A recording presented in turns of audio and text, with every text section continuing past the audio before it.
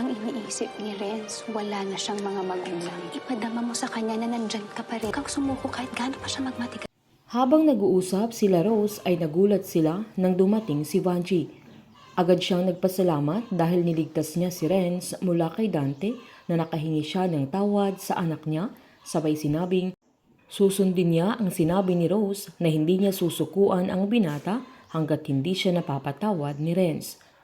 Habang si Renz naman ay hindi niya maiwan ang bangkay ng tatay niya na lagi-lagi siyang nasa tabi niya at pinagmamasdan si Mario sa mga uling araw na makakasama at makikita niya ang mahal niyang ama. Sakto namang dumating si Sandra para damayan ang binata. Agad namang sinabi ni Renz na wala na ang tatay niya, na para sa kanya ay patay na din ang nanay niya. Nagigil ang binata habang sinasabi ang bagay niyon. Giniit naman ni Sandra na andoon pa siya para sa kanya. Maging ang mga kalugar naman ni Renz ay pumunta sa burol ni Mario upang makiramay. Sinabihan ni Sandra si Renz na kailangan ng binata na magpahinga, na pwede muna siyang umuwi, pero umiling si Renz. Sakto namang dumating si Vanjie na humagulgol na halos hindi niya malapitan ang bangkay ng asawa niya habang andoon ang anak niya.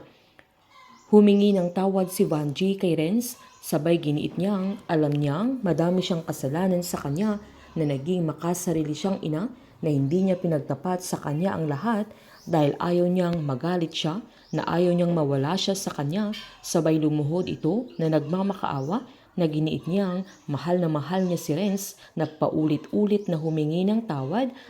Pero parang walang naririnig ang binata na nagawa pa niyang talikuran ang nanay niya habang nakaluhod.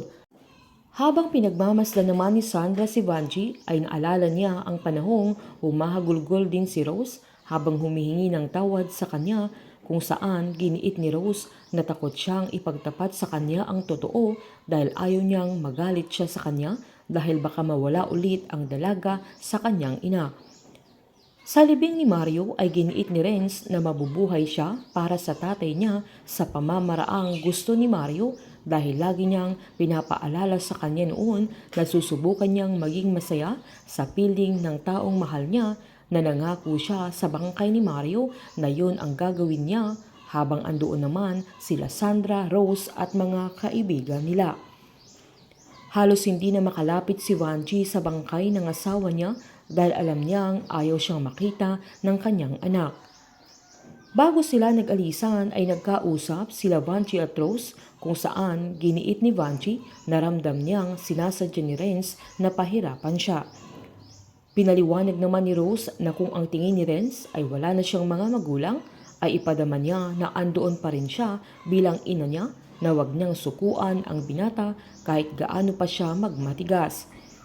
Kinagabihan habang nasa bahay na si Rose at umiinom, ay saktong may nag-doorbell at laking gulat at tuwa niya nang si Sandra ang nasa pintuan na umiiyak. Sa sandaling nakita ni Sandra na umiiyak si Vanjie na nakaluhod habang humingi ng tawad kay Renz, ay napagtanto niya na ganun din ang ginawa ng mami niya noon, na kawawang kawawa. Naisip niya ang nangyari kay Mario, na wala ng pagkakataong humingi ng tawad si Vanjie sa asawa niya, na natakot siyang ganun ang mangyari sa kanila ng kanyang mami. Painit ng painit ang mga tagpo, sabay-sabay po nating subaybayan ang advance episode at ang nalalapit na pagtatapos ng Unbreak My Heart dito po sa aking channel.